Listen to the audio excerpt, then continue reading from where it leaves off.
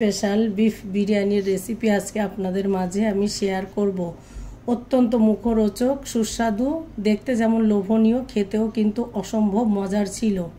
এই রেসিপির জন্য চুলায় একটা পাত্র দিয়ে আমি 1 কাপ পরিমাণ সয়াবিন তেল দিয়ে এখানে 6টা আলু এভাবে টুকরো করে হালকা জর্দার কালার মিশিয়ে একটু লবণ দিয়ে তেলটা গরম হয়ে গেলে চুলায় দিয়ে আমি ভেজে নিলাম 10 মিনিটের মতো। 10 মিনিট ভেজে এভাবে উঠিয়ে নিয়ে এখানে আমি 2 কাপ পরিমাণ পেঁয়াজ কুচি নিয়েছি।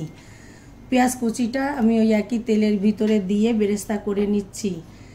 একটু বেরেস্তা হয়ে আসলে এখানে আমি 1/2 কাপ পরিমাণ বেরেস্তা তুলে নিব, আর বাকি যে বেরেস্তাটা থাকবে এর ভিতরেই আমি গোশটা আগে ভালোভাবে ভেজে নিব। এই তেলের ভিতরে গোশটা ভেজে নিয়ে একটু হাড় চর্বিওয়ালা গোশ হলে বিরিয়ানি রান্নার ক্ষেত্রে কিন্তু অসম্ভব সুন্দর ও মজার হয়।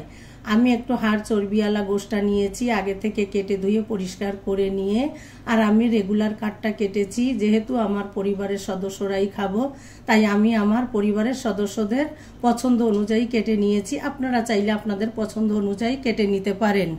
এভাবে এবার আমি তেলের ভিতর গোশটাকে দিয়ে আমি ভালোভাবে পিটোপিট করে খুব ভালো করে ভেজে নিচ্ছি। এভাবে ভেজে নিয়ে এবার আমি বাকি মশলা একে একে অ্যাড করব। আমার মেয়ে ঢাকায় চলে যাবে, যার কারণে আমার নাতনিদের বায়না ছিল আপার হাতের বিরিয়ানি খাবে, তাই ওদের কথা মাথায় রেখে আজকে আমি হালকা ঝালের গুঁড়া ব্যবহার করব না। এখানে কাঁচা ঝাল দিয়েই আজকে আমি বিরিয়ানিটা রান্না করব। এখানে গোশটাকে একটু ভেজে নিয়ে এখানে আমি প্রায় 8-10টা কাঁচা ঝাল ফালি দিয়ে দিলাম। গরম মশলার গুঁড়া, ভাজা জিরার গুঁড়া, ধনিয়ার গুঁড়া, স্বাদমতো লবণ দিয়ে এখানে আমি টক দই ভালো করে একটা চামচ দিয়ে ফেটিয়ে নিয়ে টক দইটা আমি এখানে অ্যাড করে দিলাম। টক দই দিয়ে এবার আমি ভালো করে আবার নাড়াচাড়া করে নিচ্ছি। খুব ভালো করে নাড়াচাড়া করে সমস্ত মশলাগুলো গোশের সাথে মিশিয়ে নিয়ে এবার আমি এখানে আদা রসুন অ্যাড করব। আমি কিন্তু আজকে আদা রসুনটা আলাদা আলাদা দিব। আদা রসুন এখানে আমি প্রথমে আদাটা দিব 6 টেবিল চামচ পরিমাণ। যেহেতু এখানে আমার গোশ ছিল প্রায় 2 কেজি পরিমাণ, এখানে আমি দিয়ে দিয়েছি আরও কিছুটা 1 কাপ পরিমাণ পেঁয়াজ কুচি, দিয়ে দিলাম 4 টেবিল চামচ পরিমাণ আদা, 2 টেবিল চামচ পরিমাণ রসুন দিয়ে সমস্ত উপকরণ খুব ভালোভাবে খুন্তির সাহায্যে নেড়েচেড়ে মিশিয়ে নিয়ে এবার কিন্তু গোশ সিদ্ধ হয়ে আসা পর্যন্ত আমি নেড়েচেড়ে রান্না করে নিব। এই পর্যায়ে কিন্তু আমার চুলোটা মিডিয়াম টু লো আঁচে থাকবে। এভাবে আমি রান্না করে নিয়েছি। গোশটা সিদ্ধ হয়ে আসলে আমি রাঁধুনি রেডি মিক্সড বিরিয়ানি মশলা ব্যবহার করেছি। এখানে 1/2 প্যাকেট পরিমাণ বিরিয়ানির মশলা এখানে আমি অ্যাড করে দিলাম। যেহেতু বাচ্চাদের জন্য রান্না করব, এখানে আমি একটু কনডেন্সড মিল্কও ব্যবহার করেছি। এখানে আমি আমার 1/2 কাপ পরিমাণ কনডেন্সড মিল্ক দিয়ে দিলাম। দিয়ে এখানে দিয়ে দিচ্ছি ঘি। ঘিটা বিরিয়ানিতে কিন্তু শাহি ফ্লেভার অ্যাড করে, আর ঘিটা দিলে এই রান্নার স্বাদটা কিন্তু অনেক অংশে বেড়ে যায়। আপনারা আপনাদের পরিবারের সদস্যদের পছন্দ অনুযায়ী মশলা অ্যাড করতে পারেন।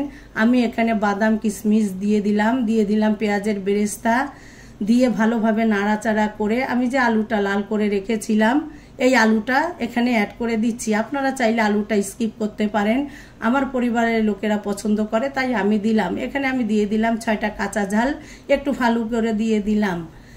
এতে সুন্দর একটা ফ্লেভার ছড়াবে, ঝাল কিন্তু খুব বেশি হবে না। এবার গোশটা এভাবেই রান্না করে নিয়ে অন্য একটা পাত্রে আমি দিয়ে দিলাম 6 টেবিল চামচ পরিমাণ ঘি। ঘিটা গরম হয়ে আসলে এখানে আমি চিনি গুঁড়া চাল 2 কেজি পরিমাণ নিয়েছি। চালটাকে আমি ভিজিয়ে রেখেছিলাম আধা ঘন্টা।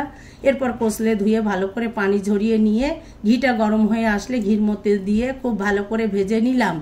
চালটা যখন ভাজা হয়ে এসেছে এই পর্যায়ে কিন্তু আমি কিছুটা ঘি এখানে আরও অ্যাড করলাম, প্রায় 1/2 কাপ পরিমাণ দিয়ে দিলাম বাদাম কিশমিশ, আর যে রাঁধুনি রেডি মিক্সড মশলাটা ছিল তার বাকিটা এখানে পুরোটাই দিয়ে দিলাম। এখানে কিন্তু আমি স্বাদমতো লবণও অ্যাড করেছি। আরও কিছু সময় আমি চালটাকে ভেজে নিয়েছি। চালটাকে ভেজে নিয়ে এখানে আমি দিয়ে দিলাম আমি গোলাপ জল, দিয়ে দিলাম কেওড়া জল দিয়ে এখানে আমি এই মগটা আমার 500 গ্রাম ওজনের 500 গ্রাম পানির মাপের এই পানি দিয়ে দিলাম আমি 4 মগ পানিতে আমার 8 মগ হয়েছে।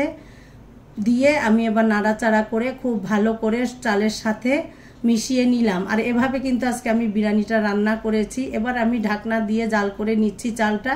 আর আমার গোশটা কিন্তু পুরোপুরি বিরিয়ানির জন্য রেডি। এবার আমার চালটাকে 10 মিনিট পরে আমি ঢাকনা তুলে একটু নাড়াচাড়া করে উপর নিচে খুব ভালো করে মিশিয়ে নিচ্ছি। খুব ভালো করে মিশিয়ে নিয়ে এই পর্যায়ে কিন্তু আমি এখানে গোশটা অ্যাড করব। এবার আমি উপর থেকে গোশ আলুটা উপর থেকে দিয়ে দিলাম, দিয়ে এখানে খুব ভালো করে উপর নিচে নেড়ে চেড়ে মিশিয়ে নিচ্ছি। যেহেতু পোলাওয়ের মতো রান্না করেছি তাই একটু পানি থাকা অবস্থায় আমি গোশ আলুটা এখানে দিয়ে দিলাম। উপর থেকে দিয়ে দিলাম বেরেস্তা দিয়ে এখানে দিয়ে দিচ্ছি আরও কিছুটা বাদাম কিশমিশ, দিয়ে দিচ্ছি কিছুটা কাঁচা ঝাল। আর এখানে আলু বোখারাটা আমি স্কিপ করেছি, আপনারা চাইলে দিতে পারেন। মশলাটা যার যার পছন্দ অনুযায়ী দিয়ে দিলাম আমি কিছুটা ঘি দিয়ে এবার দমে দিয়ে রেখে দিয়েছি আমি। প্রথমে হাই হিটে রেখেছি 20 মিনিট, এরপরে আমি লো হিটে আরও 10 মিনিট, মোটামুটি আধা ঘন্টা আমি দমে দিয়েছিলাম। আধা ঘন্টা দমে দেওয়ার পরে আমার বিরিয়ানিটার ফাইনাল লুক মাশাআল্লাহ দেখতে যেমন লোভনীয় হয়েছে, খেতেও কিন্তু অসম্ভব সুস্বাদু ও মজার ছিল।